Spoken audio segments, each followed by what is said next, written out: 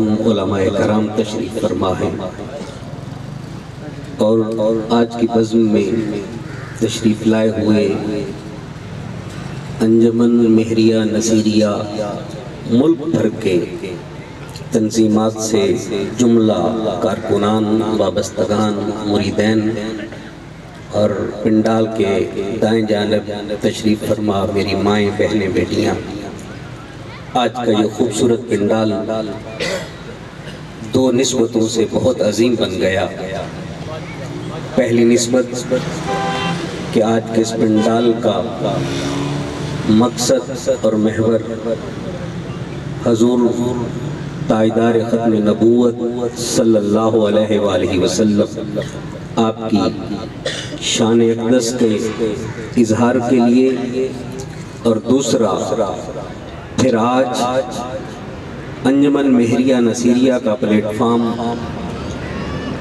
حضور پیر سید غلام نظام الدین جامی گیلانی القادری دامت برکاتہ القدسیہ خود بنفس نفیس آج کی بزم میں تشریف لانے والے ہیں، اور کیا حسن انتخاب ہے رب ذوالجلال کا، اور کیا اظہار ہے صوفی ازم کے کمال کا۔ ایک درگاہ اور خانقاہ کے چشم و چراغ جلاتے ہوئے بزم گناہ ہیں، اور ان کی ہم رکابی میں دوسری خانقاہ سے شہزادگان حسن ظن و محبت کے ساتھ تشریف فرما ہے۔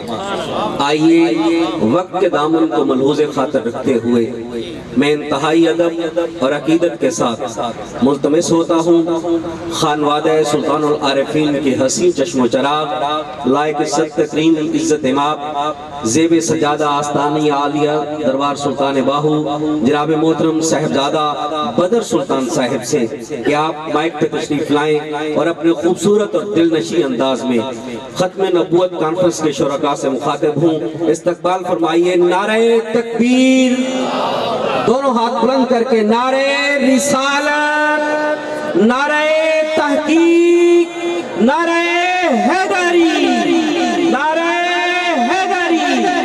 جناب محترم قبلہ صاحبزادہ سلطان بدر سلطان صاحب اپنی گفتگو سے ختم نبوت کانفرنس کے شرکاء سے مخاطب ہوتے ہیں۔ جناب قبلہ صاحبزادہ بدر سلطان صاحب۔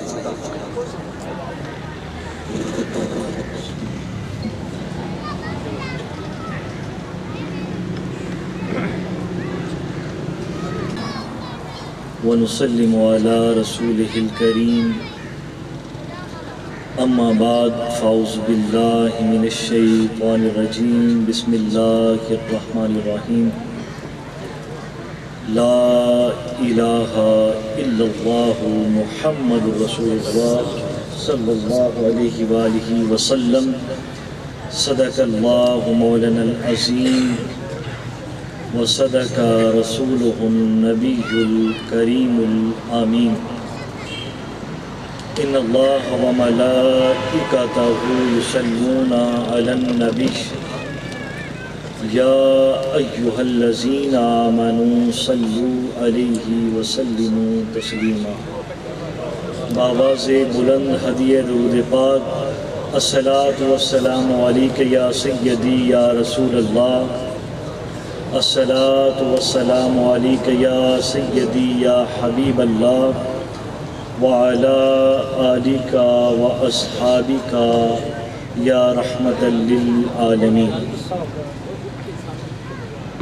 اور دوانا دل دی کاری کلمہ دل دی کاری ہو، کلمہ دور زنگار کریندہ کلمے میل اتاری ہو، کلمہ ہیرے لال جواہر کلمہ ہٹ پساری ہو، اتھے اتھے دو ہی جہانی باہو کلمہ دولت ساری ہو۔ بعدس حمد و صلات نہایت عزت و تکریم کے لائق اسٹیج پہ تشریف فرما علماء کرام اور اس بزم پاک میں تشریف لانے والے تمام حاضرین ناظرین السلام علیکم ورحمۃ اللہ وبرکاتہ۔ آج کی اس بزم پاک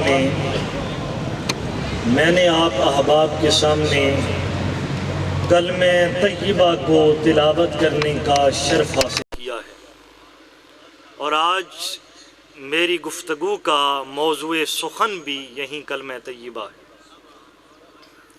میں بتاتا چلوں کہ یہ وہ کلمہ ہے جس کی خاطر مسلمان کو بنایا گیا، یہ وہ کلمہ ہے جو مومن کا سرمایہ کل ہے، یہ وہ کلمہ ہے جس کی خاطر اللہ تعالیٰ نے انبیاء کو معبوس فرمایا، یہ وہ کلمہ ہے جس کی خاطر پاکستان کو بنایا گیا تھا، یہ وہ کلمہ ہے جس کی خاطر اللہ تعالیٰ نے زمین و آسمان کو قائم فرمایا، یہ وہ کلمہ ہے جس کی خاطر اللہ تعالیٰ نے ساری کائنات کو بنایا۔ الغرض ہر چیز کی جو بنیاد ہے وہ لا الہ الا اللہ محمد رسول اللہ صلی اللہ علیہ وآلہ وسلم کی وجہ سے رکھی۔ قیامت والے دن اللہ تعالیٰ اپنے سامنے سے بندوں کے قدم اس وقت تک نہیں ہٹنے دے گا جب تک ان دو سوالوں کا جواب نہیں لے لے گا۔ پہلا سوال یہ کیا جائے گا کہ تم کس کی عبادت کرتے تھے، اور دوسرا سوال یہ ہوگا کہ تم آقا کریم کی ذات کے متعلق کیا کہا کرتے تھے۔ پہلے سوال کا جواب لا الہ الا اللہ کی معرفت اور اس کے تقاضے پہ عمل کے ذریعے سے پورا ہوگا، اور دوسرے سوال کا جواب محمد رسول اللہ صلی اللہ علیہ وآلہ وسلم کی تابعداری اور آپ کی اطاعت کے ذریعے سے پورا ہوگا۔ اب سوال یہ پیدا ہوا کہ اس کلمہ طیبہ کو ہم شب و روز پڑھتے بھی ہیں، اپنی آذانوں میں، اپنے خطبوں میں اعلانیہ طور پہ دہراتے بھی ہیں، لیکن کبھی یہ غور و فکر نہیں کیا کہ کلمے کا معنی و مفہوم کیا ہے، اس کی خصوصیات کیا ہے، اور یہ بندے مومن سے تقاضا کیا کرتا ہے۔ حضرت موسیٰ علیہ السلام نے اللہ کی بارگاہ کے اندر عرض کی، یا باری تعالیٰ مجھے کوئی ایسا کلمہ عطا فرما جس کے ذریعے سے میں تمہیں یاد کیا کروں اور تیری بارگاہ سے دعا طلب کیا کروں۔ اللہ تعالیٰ نے فرمایا موسیٰ تو لا الہ الا اللہ پڑھا کر۔ عرض کی یا میرے رب یہ تو تیرے سارے بندے پڑھتے ہیں، اپنے لیے کوئی خاص وظیفہ چاہتا ہوں۔ فرمایا موسیٰ تمہیں کلمے کے مقام کا نہیں پتہ؟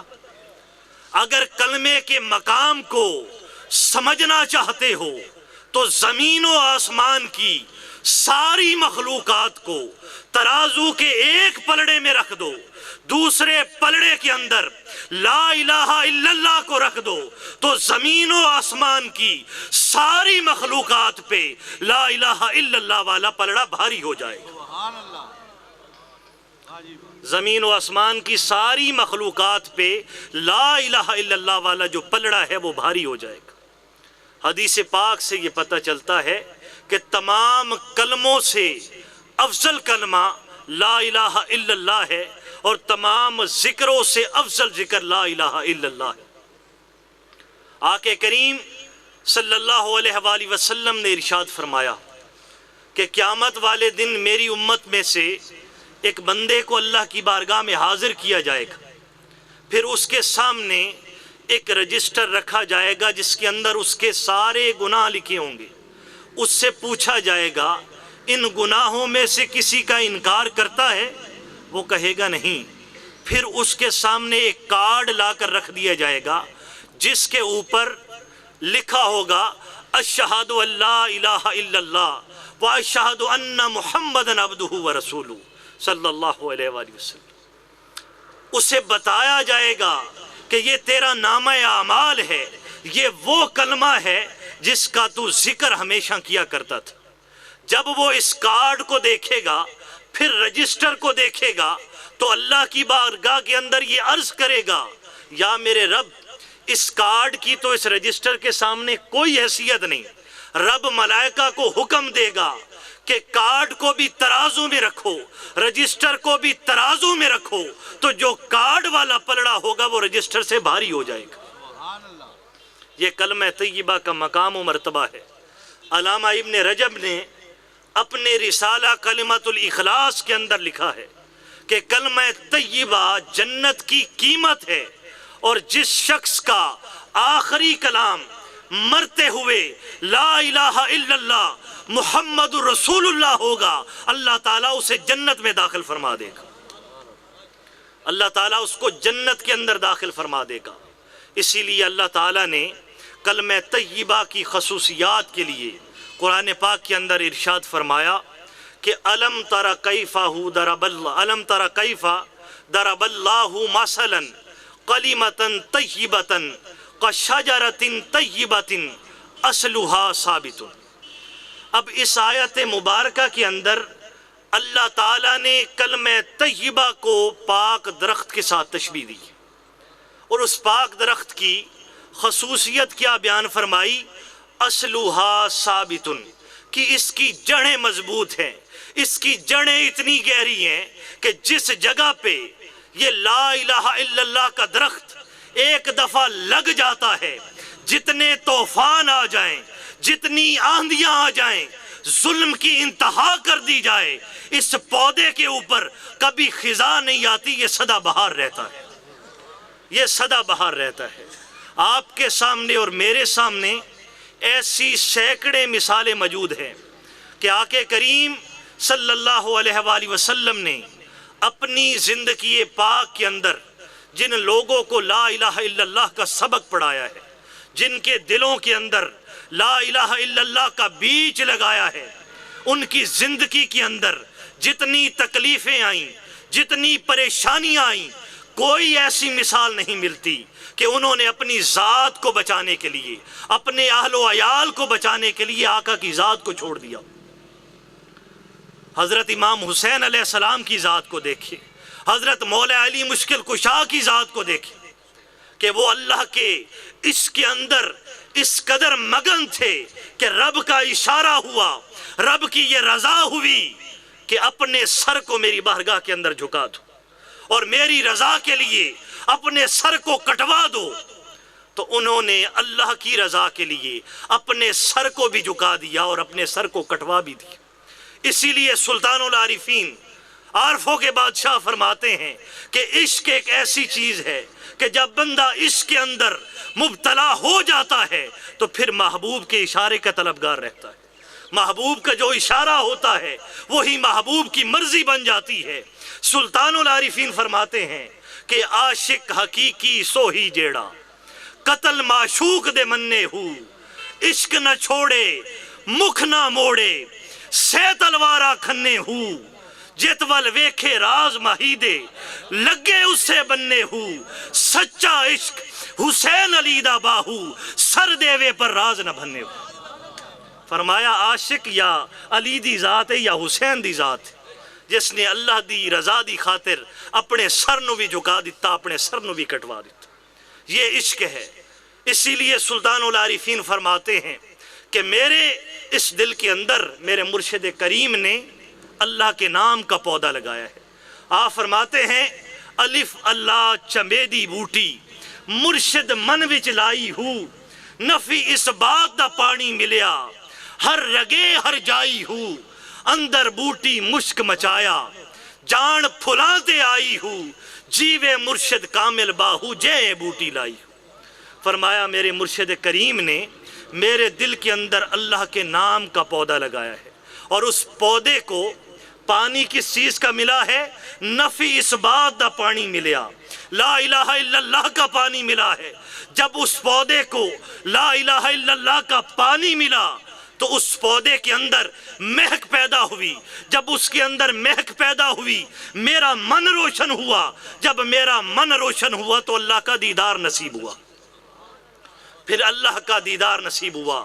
اسی لیے آپ فرماتے ہیں کہ اگر چاہتے ہو اے طالب، اگر چاہتے ہو کہ تیرا یہ دل روشن ہو، تیرا باطن روشن ہو، تو پھر فرمایا اس دل کے اندر اللہ کے نام کا پودا لگاؤ، اپنے اس باطن کو اللہ کے نام سے روشن کرو، اس کے ذکر سے روشن کرو۔ جب اللہ کے نام کا پودا تمہارے اس باطن میں لگ جائے گا تو پھر اللہ کا دیدار بھی نصیب ہو جائے گا۔ اسی لیے آپ فرماتے ہیں کہ اے تن رب سچے دا حجرہ وچ پا فقیرہ جھاتی ہوں، نہ کر منت خاج خزردی تیرے اندر آب حیاتی ہوں، شوق دا ڈیوا بال انیرے متا لبھئی وسط کھڑاتی ہوں، نام فقیر تنہاندہ باہو قبر جناندی جیوے۔ فرمایا جب اس دل کے اندر اللہ کے نام کا پودا لگ جاتا ہے، باطن روشن ہو جاتا ہے، جب باطن روشن ہوتا ہے اللہ کا دیدار نصیب ہو جاتا ہے، اور جب اللہ کا دیدار نصیب ہوتا ہے تو وہ پھر مرتے نہیں ہے۔ ولی اللہ دے مردے نہیں پردہ پوشی کر دے ہوں، پھر ان کی قبروں سے بھی فیض جاری رہتا ہے، پھر ان کی قبروں سے بھی فیض جاری رہتا ہے۔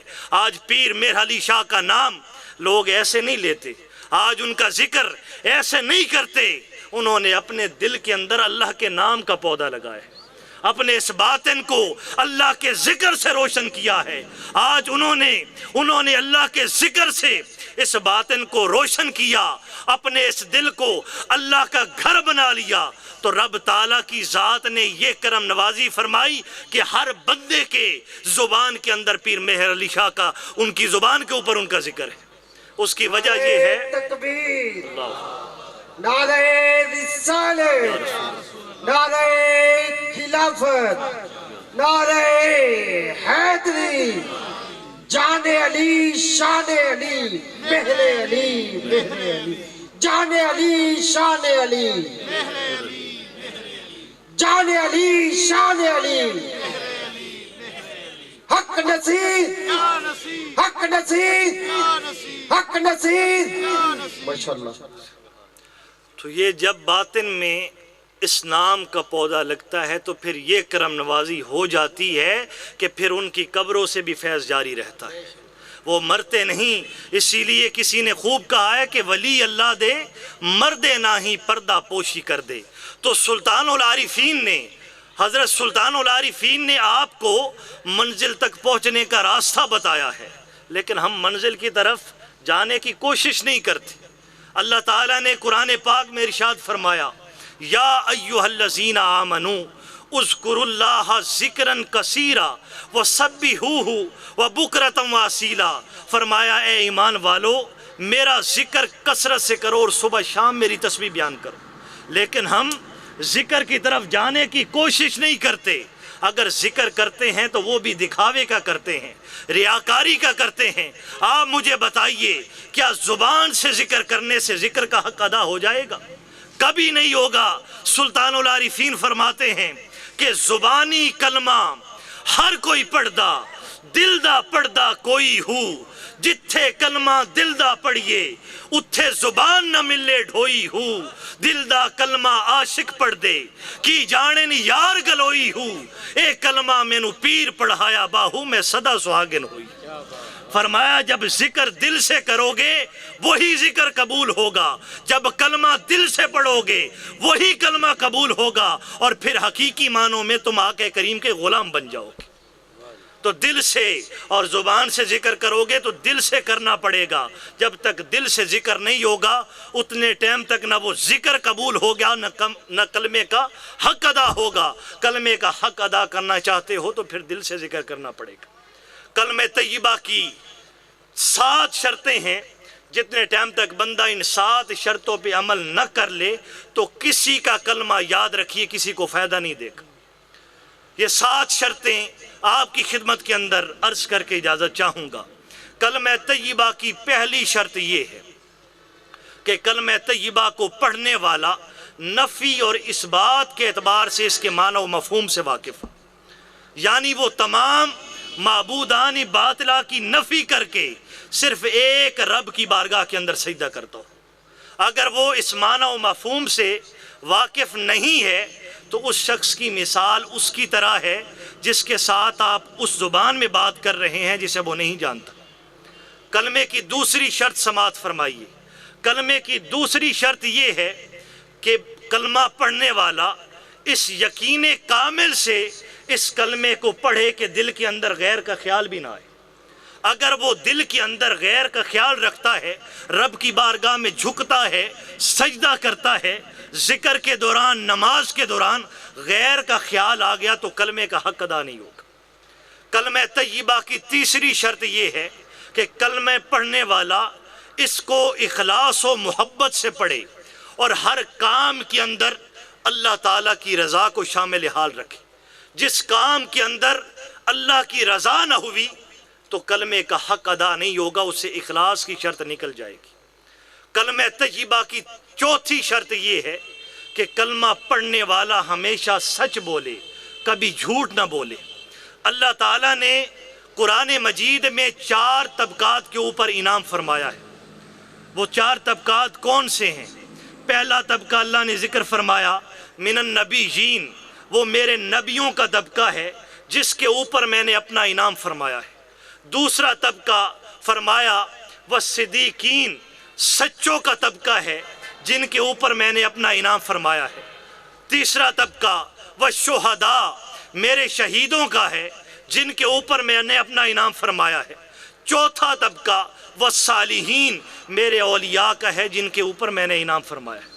تو یہاں توجہ کیجئے، اللہ تعالیٰ نے سچوں کا ذکر دوسری جگہ پہ فرمایا. تو اس بات سے آپ اندازہ لگا سکتے ہیں کہ اللہ کی بارگاہ کے اندر سچوں کا مقام کتنا بلند ہے. آج ہمارے معاشرے کے اندر جھوٹ اتنا بڑا فیشن بن چکا ہے کہ جو جھوٹ بولتا ہے اسے سب سے زیادہ چالاک سمجھا جاتا ہے، اور جو سچ بولتا ہے کہتے ہیں یہ تو مسکین ہے، اس سے تو کسی بات کا پتہ ہی نہیں. آج ہمارے رزق کے اندر برکت ختم ہو چکی ہے، آج ہمارے کاروبار کے اندر برکت نہیں رہی، آج ہماری زندگیوں سے برکت ختم ہو گئی. آج آپ چاہتے ہیں کہ ہمارے رزق کے اندر بھی برکت ہو، ہمارے کاروبار کے اندر بھی برکت ہو، تو پھر آج سے ارادہ کر لیں ہمیشہ سچ بولیں گے، کبھی جھوٹ نہیں بولیں گے، ہمیشہ سچ کا ارادہ کر لیں. کیونکہ آپ جتنی بھی عظیم ترین ہستیاں دیکھیں، ان کی زندگی کے اندر سب سے بڑی چیز جو شامل تھی وہ سچائی تھی، وہ سچ بولتے تھے. کلمہ طیبہ کی 5ویں شرط سماعت فرمائیں. کلمہ طیبہ کی 5ویں شرط یہ ہے کہ آپ کسی کے لیے اپنے دل میں نفرت نہ رکھیں.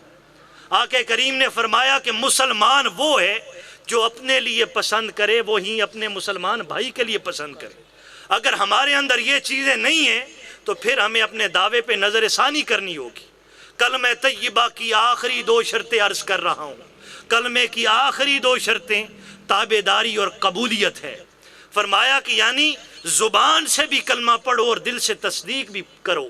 زبان سے کلمہ پڑھا، دل سے تصدیق نہ کی تو کلمے کا حق نہیں ادا ہوگا. ہمارے ایمان کی صفت بھی یہی ہے کہ اقرار باللسان و تصدیق بالقلب، زبان سے اقرار کرنا ہے اور دل سے تصدیق کرنی ہے. اسی لیے سلطان العارفین نے فرمایا کہ ہور دوا نہ دل دی کاری، کلمہ دل دی کاری ہو، کلمہ دور زنگار کریندہ، کلمے میل اتاری ہو، کلمہ ہیرے لال جواہر، کلمہ ہٹ پساری ہو، اتھے اتھے دوہی جہانی، باہو کلمہ دولت ساری ہو. حضرت سلطان العارفین فرماتے ہیں کہ میں ان لوگوں پہ سخت حیران ہوں جو کلمہ تو پڑھتے ہیں لیکن کلمے کے معنی و مفہوم سے واقف نہیں. فرمایا اے طالب غور سے سن، جو کلمہ پڑھنے والا ہے، کلمہ طیبہ کے 24 حروف ہیں. مل کے بولیے کتنے؟ 24 حروف. دن رات کے 24 گھنٹے ہیں، کلمے کے 24 حروف ہیں، دن رات کے 24 گھنٹے ہیں. اور ان 24 گھنٹوں میں ہر بندہ 24,000 مرتبہ سانسیں لیتا ہے. جب کوئی شخص حالت حضوری کے اندر آ کے دل و جان سے ایک دفعہ کہتا ہے لا الہ الا اللہ، تو اللہ تعالی لا الہ الا اللہ کے ہر حرف کے بدلے ہر گھنٹے کے گناہوں کو جلا کر اس طرح راکھ بنا دیتا ہے جس طرح آگ خشک لکڑی کو جلا کے راکھ بنا دیتی. یہ کلمے کا مقام ہے۔ اللہ رب العزت کی بارگاہ کے اندر میں دعا کرتا ہوں کہ اللہ رب العزت ہم سب کو کلمے کے معنی و مفہوم کو سمجھنے کی توفیق عطا فرمائے اور اس پہ عمل کرنے کی توفیق عطا فرمائے۔